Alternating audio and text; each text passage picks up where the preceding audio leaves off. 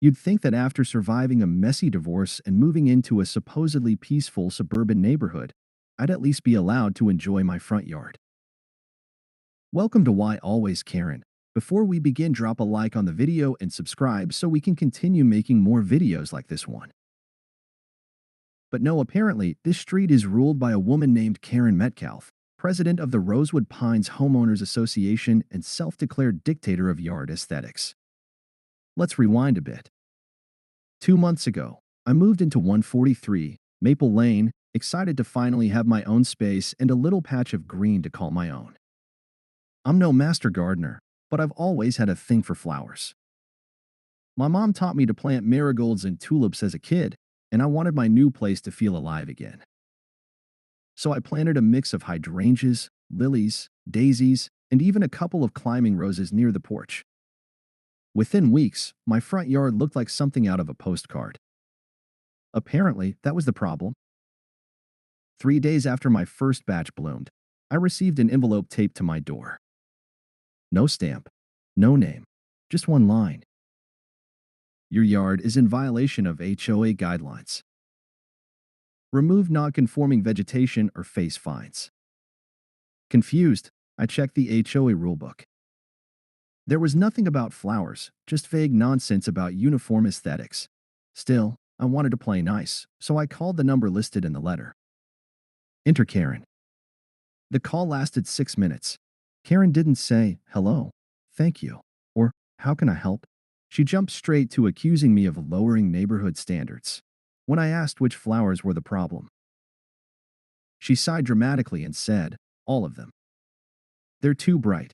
It's tacky. Too bright." I politely declined her suggestion to replace them with neatly trimmed boxwoods. Like her yard, she responded by muttering, "We'll see about that," and hung up.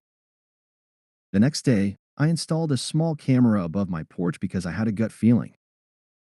And sure enough, the footage didn't disappoint. At 4:12 a.m., a figure in a giant sun hat and robe crept into my yard. She carried a pair of hedge clippers like she was about to perform open-heart surgery. I watched in stunned silence as she snipped, hacked, and yanked every single flower out of the soil, then walked away like she was on a mission from God. I sent the footage to the HOA email, CC'd the City Beautification Board, and filed a police report. Karen responded by doubling down. She issued me a $250 unauthorized landscape fine and warned that any retaliation would be met with more penalties. But I wasn't going to retaliate. No, no, no. I was going to outsmart her. And I had the perfect weapon: sunflowers. Most people underestimate sunflowers. They think they're just tall, cheerful plants that follow the sun like some kind of leafy optimists. But to me, sunflowers are bold, unapologetic, majestic. They don't just grow, they take over. And that's exactly what I needed. But before I went full horticultural rebel, I did my homework. I learned 3 key things. There's no HOA rule specifically banning sunflowers. The shared lot between Karen's yard and mine? Turns out, it technically belongs to the city. A utility easement, which means I could legally plant on that strip with a permit. I took a day off work and drove to City Hall. I explained the situation and applied for a community garden permit for the easement. The clerk, bless her heart, said, "You're planning what where?" with a grin, then stamped it approved without blinking. Now came the real fun. I ordered 300 sunflower seeds, mammoth variety. These babies grow up to 12 feet tall with flower heads the size of dinner plates. I spent an entire weekend prepping the soil, careful not to disturb Karen's perfectly trimmed shrubs on her side of the property line. I even posted a little handmade sign: Community Sunshine Garden in progress. By Monday morning, half the neighborhood had driven by to check it out. A few even stopped to say how wonderful it was to see someone finally doing something with that empty patch of dirt. Karen, meanwhile, looked like she had swallowed a lemon whole. She marched over to my driveway while I was hosing down my boots. Clip clop, clip clop. "Excuse me," she began, holding her HOA binder like it was the Constitution. I stayed calm. Yes. She pointed to the freshly planted strip. That land is visually part of my yard, and I don't approve of, she made air quotes, community gardening. It's disruptive. It's not the HOA look. I handed her a laminated copy of the permit. She blinked. This can't be legal. It's city property, I said sweetly. But you're welcome to contribute. Would you like to sponsor a sunflower? She made a noise somewhere between a growl and a scoff and stormed off. Over the next few weeks, the sunflowers exploded into life. And oh, were they glorious. By mid-June, they stood taller than her mailbox. By July, they had formed a natural wall, casting a golden shadow across her pristine lawn. And by August, they leaned just enough to tilt toward her windows, their sunny faces practically waving good morning every day. Neighbors loved it. People took selfies. Kids painted little rocks and placed them at the base. Even the local newspaper came by and did a short piece titled Sunshine in the Suburbs. They quoted me saying, I just wanted to bring a little joy to the neighborhood.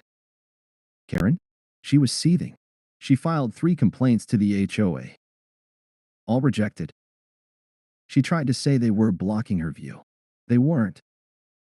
She tried to claim allergic reactions. No one else had one. She even said they were too cheerful. That one didn't even get a reply. But Karen wasn't done yet. She was planning something. I could see it in the way she paced her porch. The whispers to her cronies. The late-night peeks through the blinds. Good. Because neither was I. By late summer, my sunflower field had become the neighborhood's favorite attraction.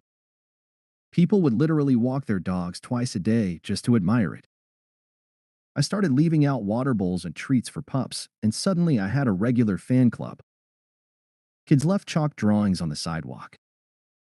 One elderly woman said the flowers reminded her of her childhood on a farm and teared up. It was the kind of wholesome neighborhood joy you'd see in a movie. Unless you were Karen. She was unraveling.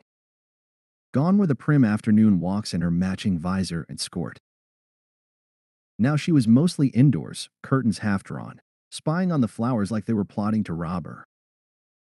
Sometimes she'd march out with a tape measure and check the distance between the sunflowers and her lawn. Other times, she'd take photos with her phone and mutter to herself. Then, one Friday evening, things got weird. I came home to find a giant HOA citation sign stuck right in the middle of my sunflower patch. It was a laminated, obnoxiously red and white monstrosity claiming I had violated some made-up ordinance about plant height restrictions. I laughed. It wasn't even printed on HOA letterhead, just slapped together on a computer and zip-tied to a tomato stake. But the next morning? Oh, Karen went nuclear. I woke up to the sound of a chainsaw. Yes, a chainsaw. I ran outside in my slippers, heart pounding. And there she was, Karen Metcalf, in full battle gear, oversized gardening gloves, wraparound sunglasses, and a floral print visor like she was preparing for war in a greenhouse. She had roped in one of her HOA lackeys, a guy named Rick who always looked like he'd rather be anywhere else. Karen was shouting about restoring order and unauthorized flora. I held up my phone. Karen, you're trespassing and damaging city-permitted plants. I have video. You better back off. She froze. Rick, bless him, dropped the chainsaw like it burned him and backed away. Karen hissed, this isn't over. I smiled. Oh, it's just getting started. She stomped back to her house, dragging the citation sign behind her like a defeated jewster. But I wasn't done. I posted the video online.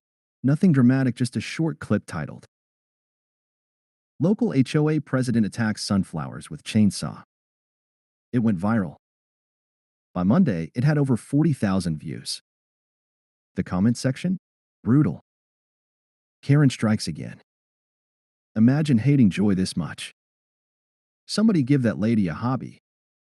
The local paper followed up with a piece titled, Sunflower Showdown, HOA president under fire for chainsaw incident. Even the mayor's office issued a statement encouraging community greenery efforts. Karen? She went dark. No walks. No rants. No newsletter. But a few days later, I found an envelope in my mailbox with no name, just a single printed line. You've made an enemy.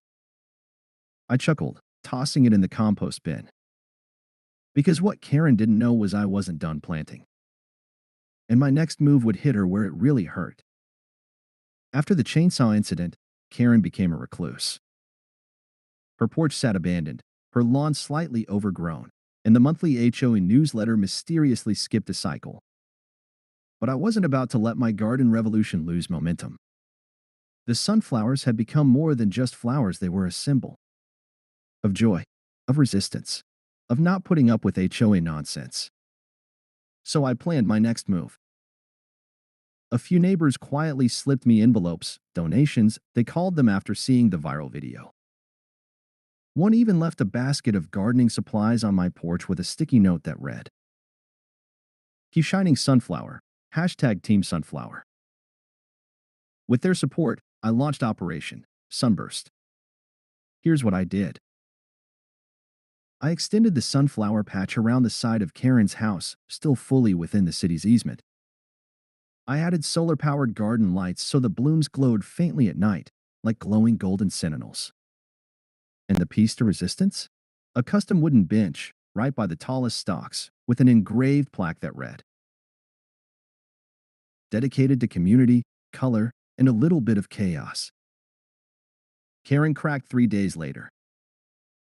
She came out mid-morning, hair in wild curlers, wearing a house robe and one fuzzy slipper, and screamed, "You're turning this street into a carnival." A group of toddlers in sun hats were painting flower pots on the bench. One mom calmly said, "We love the carnival. Thanks for letting the flowers bloom, Karen." Karen looked like she might combust on the spot. The next day, an emergency HOA meeting was announced. Only 5 people showed up. I showed up too, with popcorn. Karen slammed her binder on the table and launched into a PowerPoint presentation titled, "Reclaiming Rosewood Pines." The Sunflower Scourge. It featured grainy screenshots of my garden from weird angles and claims like, attracting bees, disrupting uniform lawn symmetry, harboring gophers and anarchists. Yes, anarchists. When she opened the floor, I simply pulled out my laminated city permit and passed it around. The room got quiet. Rick the chainsaw guy spoke up first. "Honestly, Karen, it's kinda beautiful. My wife likes walking by it every day." Then Cheryl, a retired teacher, added, "My granddaughter started drawing again because of those flowers.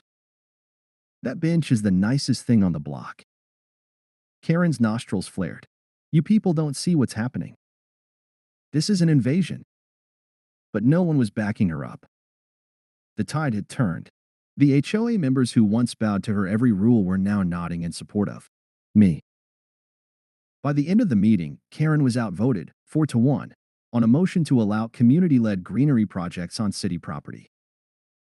She stormed out mid-vote, binder in hand, muttering something about resigning if the street wanted to become a jungle. And, well, be careful what you wish for. Because I had one last surprise in store. Let's just say it involved seeds. Lots of them. In Karen's own backyard.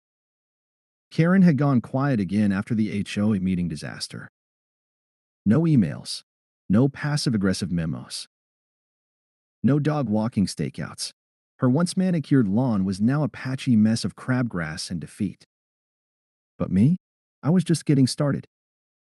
While Karen stewed in her house of bitterness, I put my final plan into action. You see, when Karen had her little chainsaw episode, she accidentally left the side gate to her yard unlocked. Rick had mentioned it in passing.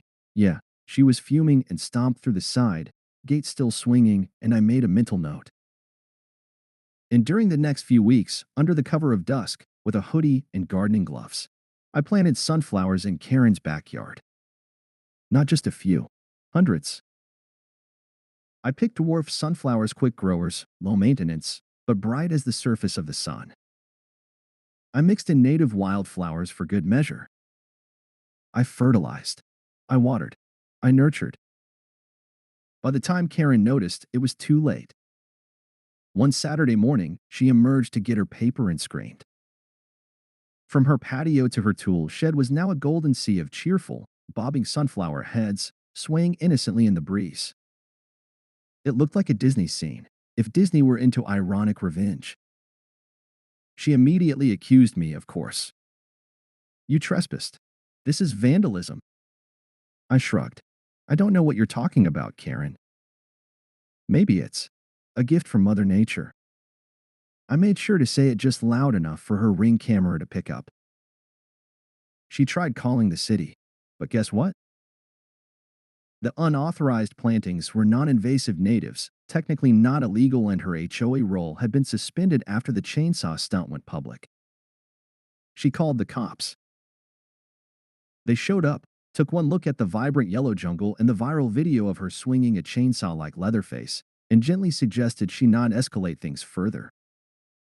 Then came the cherry on top. That same week, the mayor's office announced an official Neighborhood Beautification Award, and guess who got it? Yours truly. They invited me to a ribbon cutting for the newly named Sunflower Strip along our block. Local press came. The mayor gave me a plaque. Kids handed out sunflower seed packets with little hand-drawn smiley faces. One reporter even asked to do a short feature titled "The Flower That Took Down a Tyrant." Karen didn't show up, but I spotted her peeking from behind her curtain, face like sour milk. By autumn, the entire street was a living tribute to color, resilience, and pettiness done right. Karen eventually resigned from the HOA, claiming creative differences. She put her house up for sale not long after. And on her final day, as the moving van pulled away, she passed by the sunflower bench. Someone, not me, I swear, had tied a bouquet of fresh sunflowers to the armrest with a little note. Thanks for helping us grow.